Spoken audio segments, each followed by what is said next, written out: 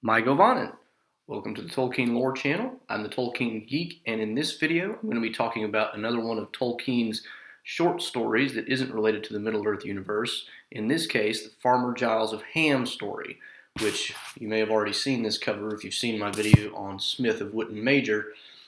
The Farmer Giles story is interesting because it's not connected to the Middle-earth universe really at all, but it's also not really connected to much of anything else. It's kind of a standalone story, but it is a very interesting one because it goes into some things that Tolkien doesn't usually go into. It's kind of a satire. It's also got some clever language-based jokes in it, and so it's a really interesting addition to anybody's Tolkien library. So let's get started. So one of the interesting things about Farmer Giles of Ham is that it was originally written kind of right after The Hobbit. And originally, when Tolkien was asked to work on a sequel to The Hobbit, he showed this to his publisher, Allen and Unwin, and said, would something like this work? Well, it didn't really work out because what people really wanted was more about hobbits, and that's why we eventually got The Lord of the Rings. But it eventually did get published many years later, and it's good that it was because there's a lot of interesting material in it, and it's an enjoyable read in its own right.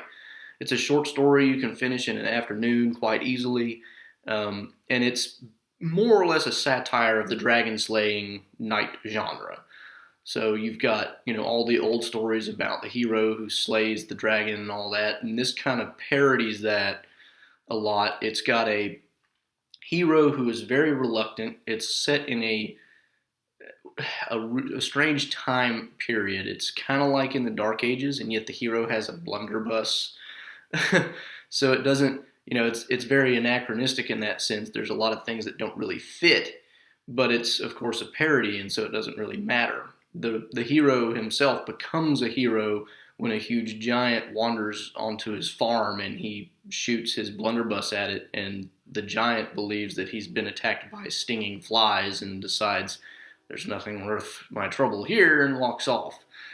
The giant doesn't even realize that he's been shot at, but the townfolk think that Farmer Giles is a total hero, and word of this eventually reaches the king of his small kingdom, which, depending on, and this goes into the kind of the more expertise area of the story, it's not clear what the kingdom is, but it is clear that it's supposed to be somewhere in England.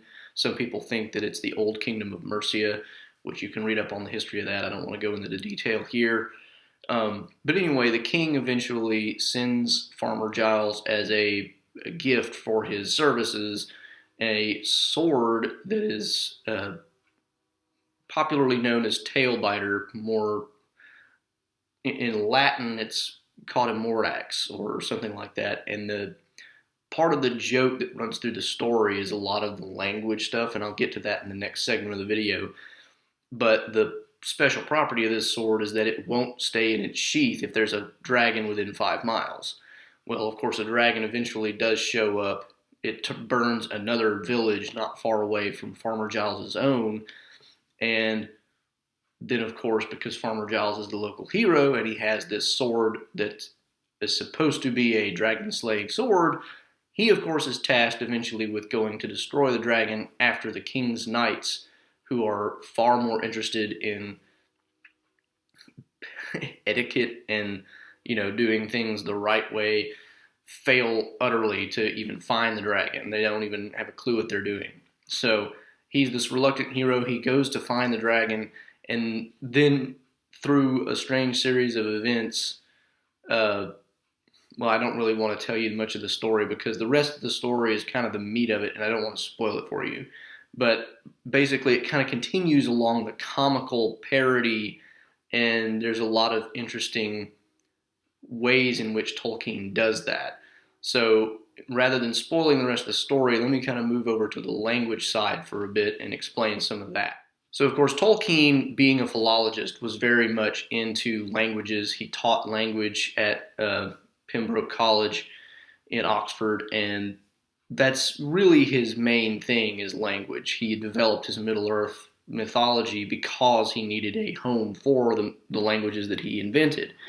So a lot of the jokes in the Farmer Giles of Ham story are basically language jokes. And some of that comes down to, like I said, the name of the sword is Latin, and yet it has a very vernacular name. And then he has Farmer Giles actually has an elaborate Latin name, which becomes more elaborate later after he becomes an even greater hero in the story. And a lot of the joking is kind of just even on this bare level of being extremely flamboyant with the names, and yet not very impressive if you really look at it. Because if you analyze Farmer Giles's name at the beginning, it really just basically is his name. It's Farmer Giles, red-bearded Julius of Ham. I mean, there's nothing really special about it, but it looks awesome in Latin. And so there's that level of joke, and then there's additional levels of jokes. So the dragon, we end up finding out, has a name himself. It's Chrysophylax Dives.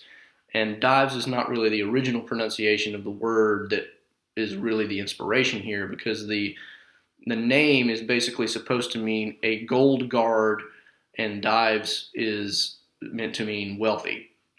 So, of course, the traditional dragon is, of course, a hoarder of gold who guards the gold. So, I mean, he's basically being called by the name, called a name of that describes what dragons do. And so there's that level of joke as well. And then there end up being additional levels of jokes even beyond that. So you've got some of the language about the blunderbuss and even his hometown, Ham, end up getting turned into weird little philological jokes. He explains that the term blunderbuss gets made up by some clerk, and the town of Ham ends up being called Tem, which is because it somehow gets messed up with the fact that the dragon is tame, and I don't want to really get into how that happens. Again, that goes into the story.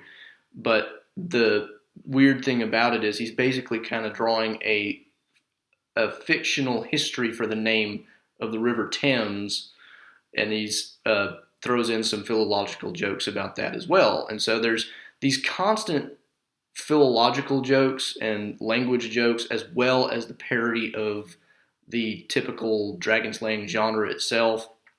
You have to know a little bit more to get some of the more advanced jokes, obviously. And so if you can find an addition to the story that has some commentary or some annotations, that's probably the best way to do it.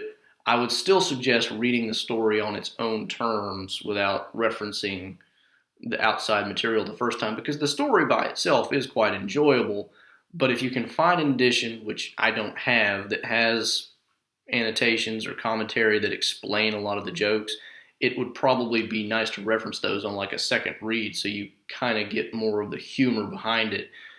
But it just, again, it really compounds the whole humor element to the story, and it makes it a really interesting addition to Tolkien's writings, because most of his writing is anything but comical. He's usually writing very serious stuff, sometimes lighthearted, but almost never really intentionally humorous.